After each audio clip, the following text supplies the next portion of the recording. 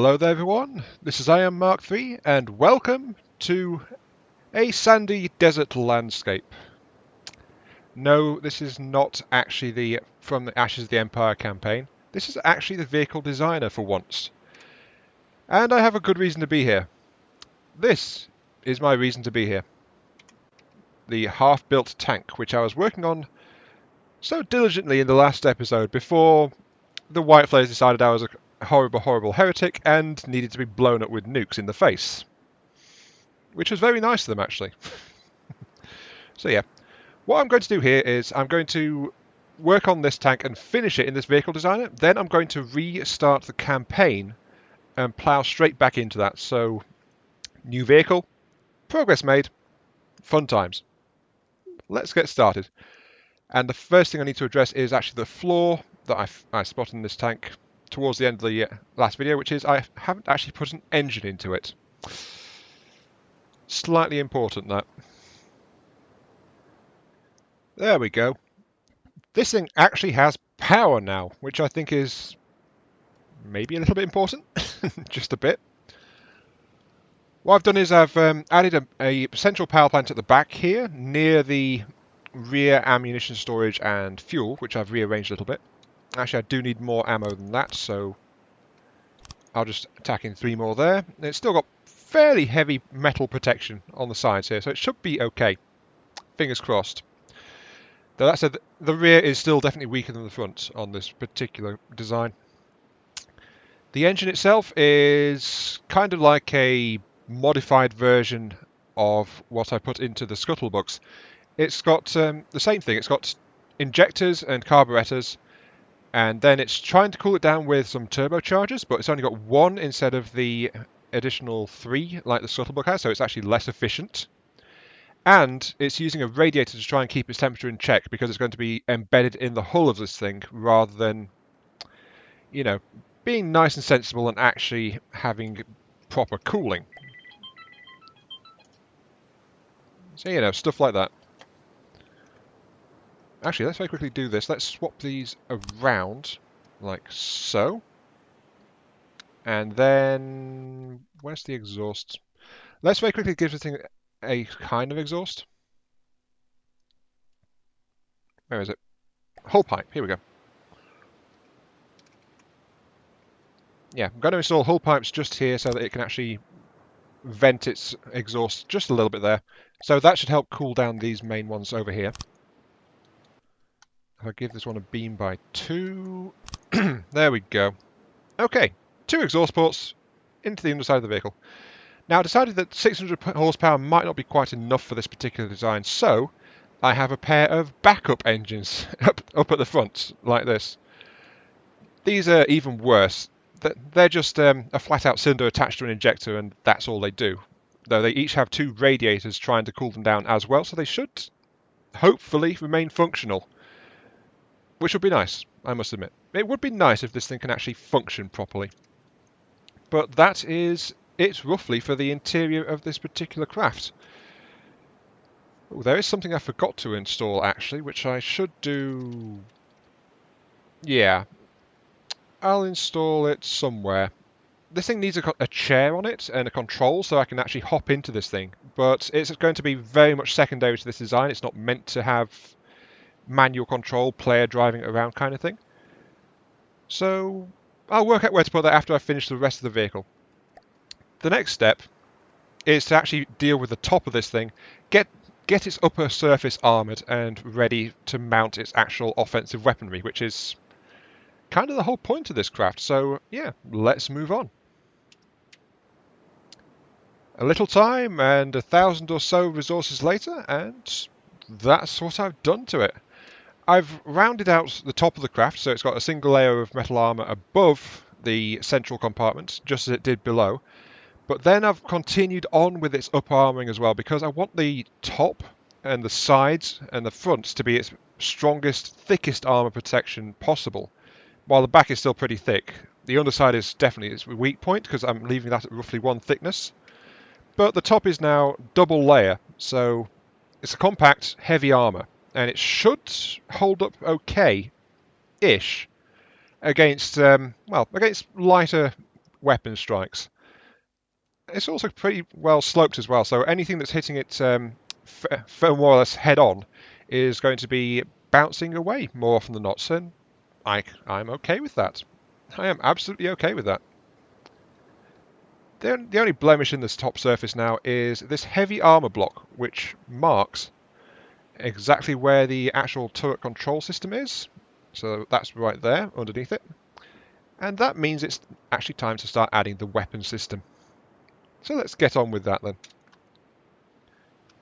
I'll add that, yep. New object.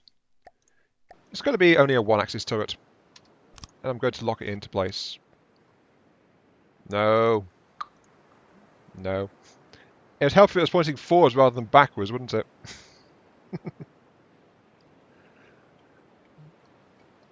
Okay, let's try that again. Well, the barrels are starting to come together a little bit. I think they are anyway. As I mentioned in the previous video, these shells are designed for a 100mm gauge. So I've done that. But I want to get absolutely best possible firing rate I can out of these things. Which means that, you know, to do that in a more compact cannon, you need to go with multiple barrels. That's what I've worked out, and that's the theory I'm working from. So multiple barrels, and in this case I've multiplied the firing rate by 6, and to do that I've only had to extend the barrel by 5 using these gauge increases. So, you know, that's not too bad, all things considered. The only problem with a multiple barrel approach is it actually slows down how quickly the cannons can angle themselves, so it makes a less responsive turret in return for the faster rate of fire. But this thing is more intended for surface targets and aerial targets maybe at a distance. It can't do that much against air as it is, so that is something of a slight concern considering the massive flyer that came at me last time, but you know, it can't really be helped now, can it? Oh well, I'll have to just tackle that problem when I come across it. But yeah, it does fit quite reasonably in a fairly compact turret. So now all I've got to do is actually get this thing properly loading and happy. Because any cannon needs ammo. And also, it needs detection systems as well. So I need to add detectors to this thing. Which, like the Scuttlebug, I'm planning to add them in a turret mount. So it's going to be actually built into this turret as I go. For 6 barrels, that means to reload at full speed, I'm going to need actually 12 ammo connections. 12 ammo connections. I'm going to need to do more because that's going to need some autoloaders, so probably about, I don't know, 15 to 18? Yeah, I'd say 15 to 18 ammo inputs per cannon. So this thing is actually going to be pretty ammo intensive. But because of that, it's going to have a nasty rate of fire to it on those 100mm cannon shells. So hopefully it should actually be fairly decent. There is something very quick. Excuse me. There is actually something I wanted to very quickly mention, and that is the fact that I'm actually able to record this thing without losing progress on the From Ashes campaign, which is kind of significant, and it was a massive problem in the last 3 videos. Now, what was the problem? Now that is the thing, isn't it? Shall I add these?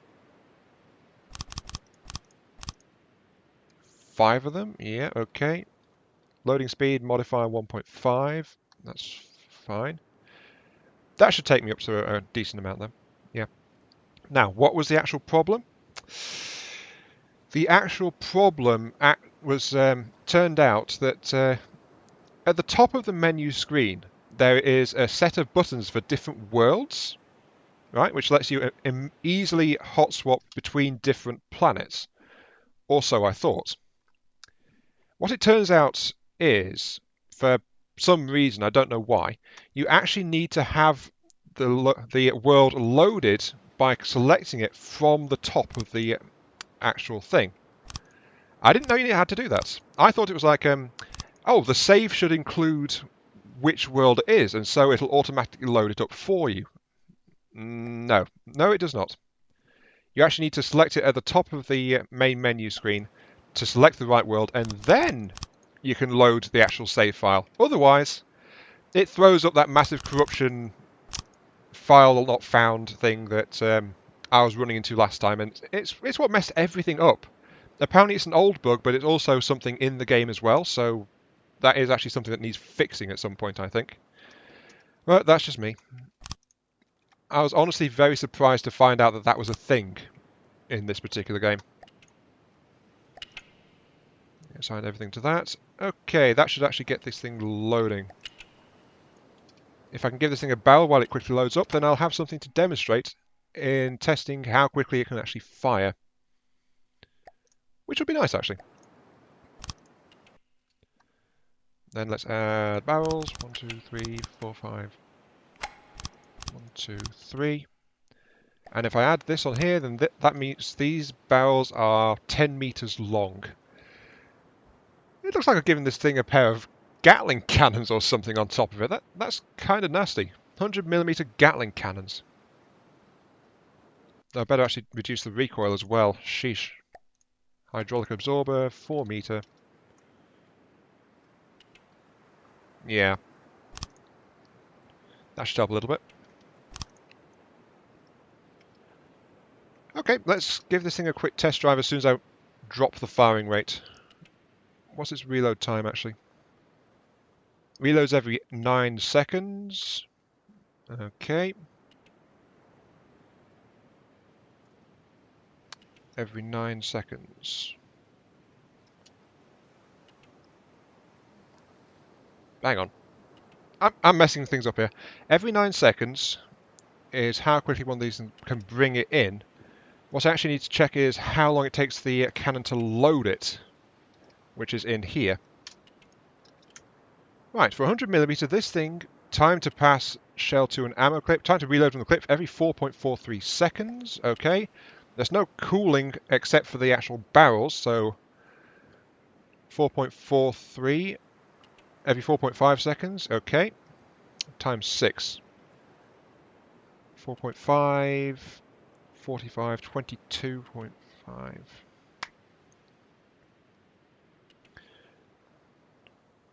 Hang on, what am I doing again? Hang on, I'm going to pause it. I'm losing the thread here. Okay, empirical number testing for the win. This vehicle is now modified. After a bit of experimenting and giving myself a slight headache, I've set the max firing rate to 60 FPS, RPM. Why FPS? Yeah, 60 RPM per cannon. I've not separated them, so they are both firing at the same time, so 2 shells each time they fire. And accuracy, of course, is set to 0.5, as you guys taught me in my adventure run, just to make sure that it is as accurate as possible with these shells, because, dear God, these things eat ammunition. I've actually increased the ammunition storage to 1,800, and these things spit out shells so fast that this vehicle just can't supply it properly. This is an oversized, overpowered cannon for a vehicle of this particular style, but at least it'll be really good at the start of a fight, and then it'll drop back to how quickly it can regenerate its ammunition. So, you know, stuff. First things first, let's actually fire this thing so you guys can see it in action a little bit.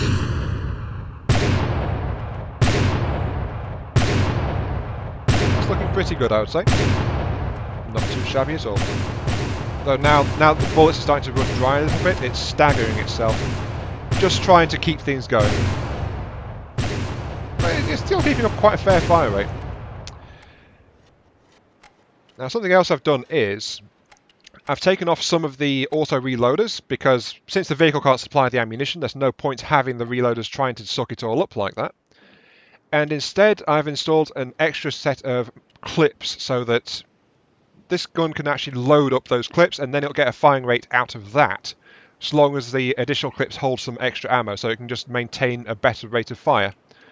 Until its magazines run a bit dry, then it'll slow down a bit, and then it'll slow down a lot more once they are completely depleted and it's back to what its ammunition can resupply by itself. So, yeah, it should do okay, I think. Next step, targeting systems. let's get that online, shall we? If there is one thing this turret needs, it is always more Dakka. In this case, a third sub-cannon has been added, which is fitted with a single barrel, a bunch of coolers straight down the spine of this turret, and, most importantly, an anti-aircraft mantle. So, if an aircraft gets too close and above this craft, it can at least take pot shots at it with this backup 100mm cannon. You know, just give it something to do before it dies. Maybe. Wow, that's an optimistic way of putting it, isn't it? Also, it has a shield now.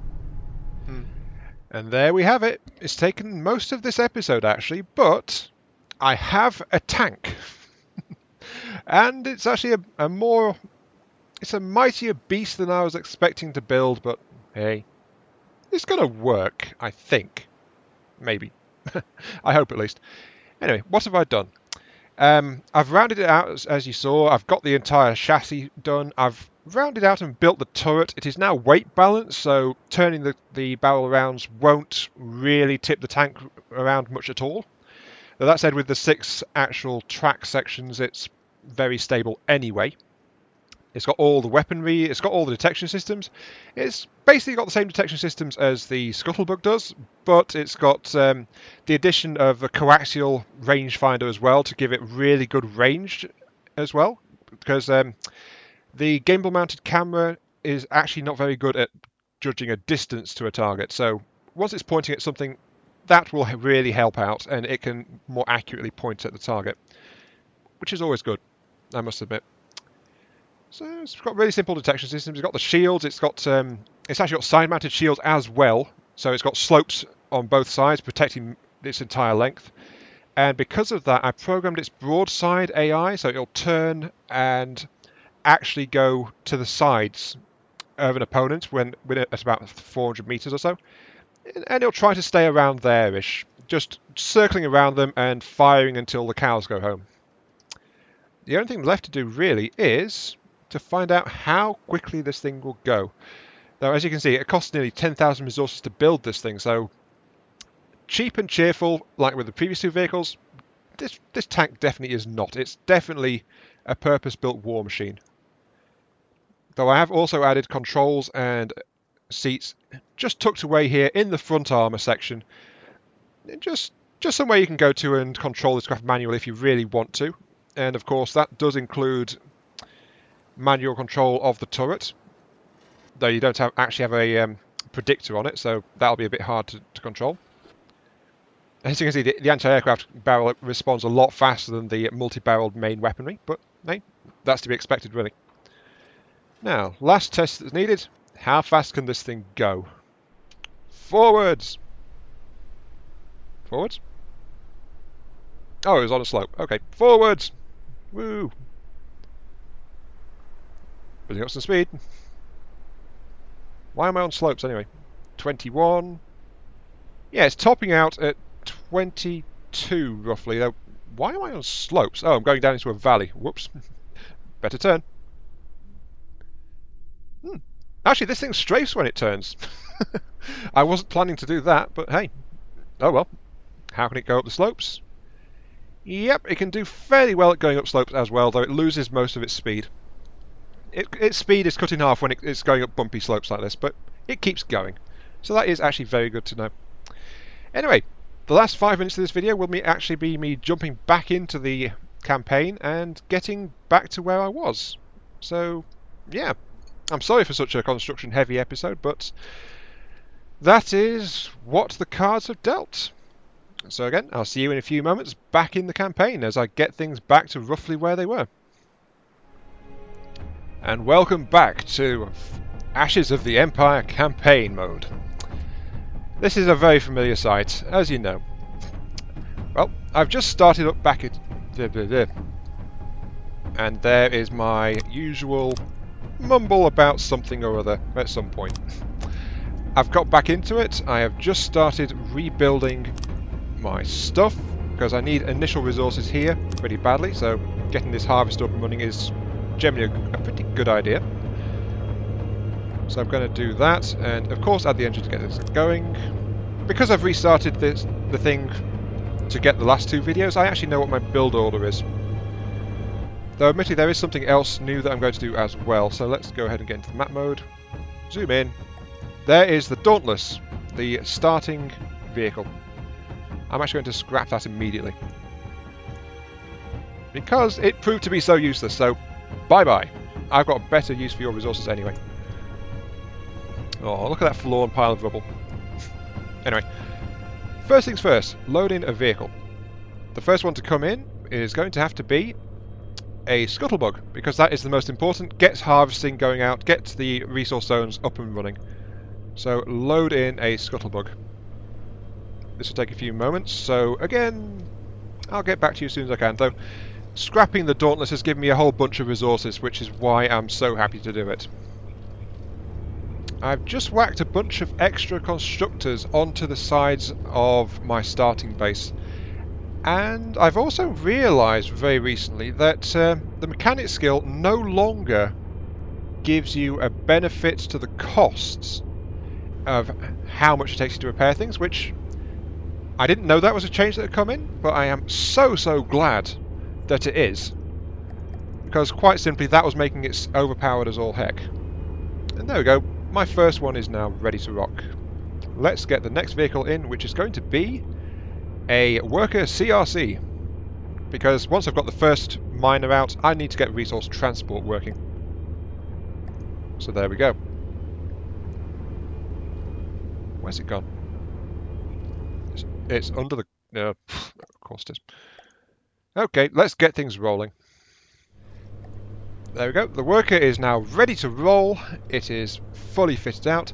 And in the background you can see the next scuttlebug trying to take flight and failing quite spectacularly. As it always seems to do when I spawn in a ground vehicle. Though, from what I understand, that is actually a regular old bug, so it's not just me. It's coming together pretty quickly, but I can't quite afford it just yet, sadly. So, yeah. Let's actually get this thing back on its wheels. Might be a good idea. Then set to group 1, and it's set to keep that and empty out everything else because that's its purpose as a supply vehicle. I've also put my starting oil derrick into the supply line so that it actually stays running and it's sharing with everything else. Why it's not set up to do that from the start, I have no idea. Okay, let's get my worker ready to go out on patrol. And there we go. 3,000 resources, straight from my first scuttlebug to my supply base, which is easily enough to get my secondary scuttlebug actually finished up. Yes, indeed, that is now ready. And it is time for that one to take its rightful place at the southern resource field. On my way. Yep, get down there if you please. Now the thing is, these supply vehicles like the scuttlebugs, the new tank design is going to be heavily reliant on having a support vehicle nearby because of its low fuel efficiency and its high ammo needs. So having something to help out with that, very helpful to it. That means there's going to have to be a supply vehicle of some sort which can go into battle. That is a thought. Oh well. The new scuttlebug is on its way out. Resource collecting is now fully operational.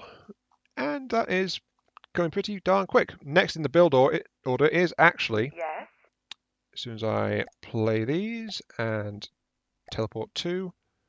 Actually, let's teleport to that one instead. Thank you. Right. Oops. Hello, Landweg. My next build order is actually the tank. I have 2,500 resources here, so I can roughly afford a quarter of the tank right now. Oh, I didn't actually take a picture, did I? Oh, apparently I can afford 0.2 tanks. That's a useful figure, isn't it? The worker is on its way back, about to complete its first circuit of its resource gathering pattern. Scuttlebugs are both in place, so this campaign is already up to a solid start.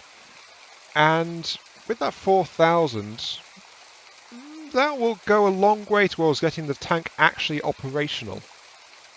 It might require an additional trip to the northern resource field to actually do that. Let's go ahead and get this back up to speed.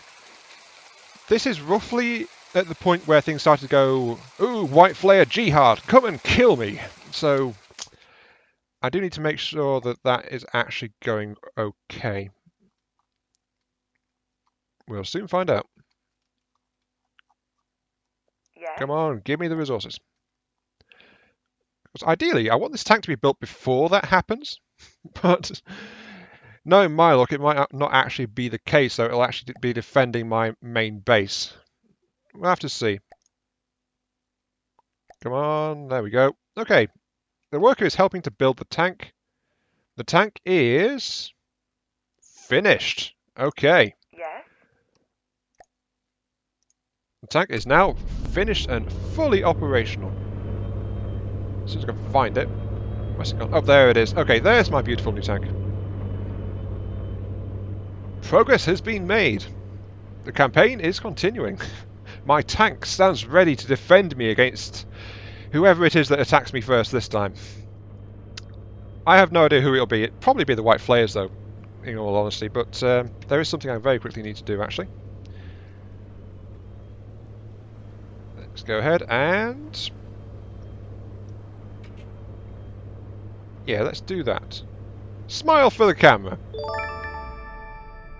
Camera taken. The tank is ready. Progress has been done. And that is all the time I've got for this particular episode. So hopefully I'm not going to get wiped out in the next one like I did the previous one. Now that would be a good thing, I would say. So this has been Iron Mark III. Thank you very much for watching, and I hope you enjoyed this, again, construction heavy episode, but I've got a new vehicle out of it, and it looks moderately dangerous. We'll have to see how it does in an actual combat test. I'll catch you some other time.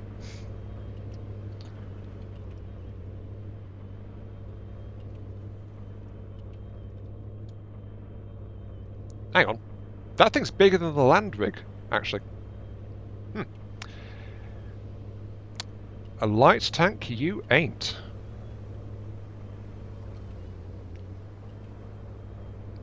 Jeez, it's almost as big as my main base. Oh well.